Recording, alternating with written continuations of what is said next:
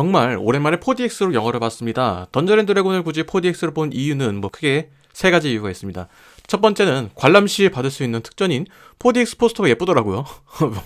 원래 이런 거에 좀 욕심이 없는 편인데 동향화적인 이 포스터는 나름 욕심이 났습니다. 거기에 문화의 날에는 CGV에서 특별관들을 같이 할인 행사를 하기도 합니다. 4DX의 경우는 4DX데이라고 해서 11,000원에 관람을 할 수가 있었습니다. 그리고 마지막으로 영화의 특성상 4D 효과들이 상당히 많을 것이라는 생각이 들었습니다. 실제로 시사회로 관람을 했던 분들도 4DX로 보는 것이 필수적이다, 4DX로 보기 좋다라는 이야기를 하더라고요.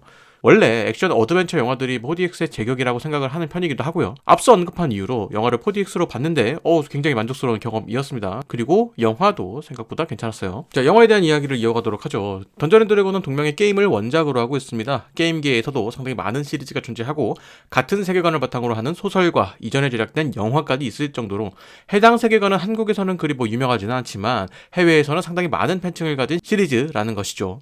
무엇보다 TRPG 중에서 가장 유명한 콘텐츠이자 현존하는 RPG의 시초다라고 불리는 콘텐츠인데 TRPG는 쉽게 말하면 보드게임과 비슷한 방식이라고 생각을 하시면 됩니다. 이것을 여기서 자세하게 설명드릴 건 아닌 것 같고, 즉 이 영화는 보드게임을 영어로 만들었다라고 생각을 하고 관람을 하시면 조금 더 흥미로운 요소들이 많이 있을 겁니다. 크게는 퍼즐의 요소가 있다는 것이죠. 스토리가 진행되면서 인물들에게 문제가 생기고 그것을 해결하는 방식들이 상당히 흥미롭습니다.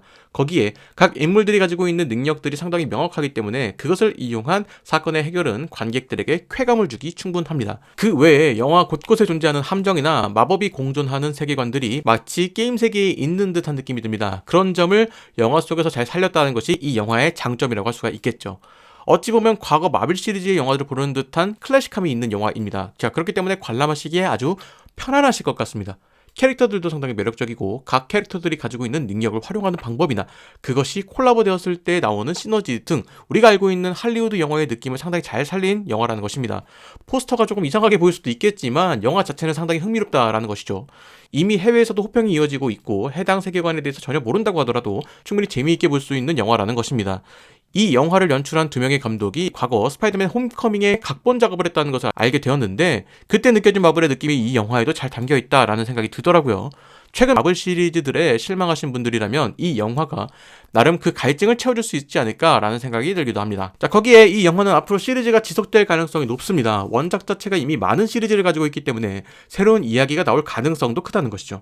게임을 원작으로 한 영화들이 조금 실망스러운 모습을 보이면서 혹은 최근 마블 영화들에 대해서 좀 실망하는 부분들이 있었거든요. 그런데 그 두 가지를 모두 충족시켜줄 만한 영화인 것 같습니다. 게임을 원작으로 하면서도 충분히 흥미롭고 제가 마블을 재밌게 봤던 시절에 그때의 느낌이 나는 영화이기도 했습니다. 그래서 이 시리즈가 앞으로도 조금 지속되었으면 좋겠다라는 생각이 들더라고요. 여러분들도 한번 극장에서 관람하시면 어떨까 생각합니다.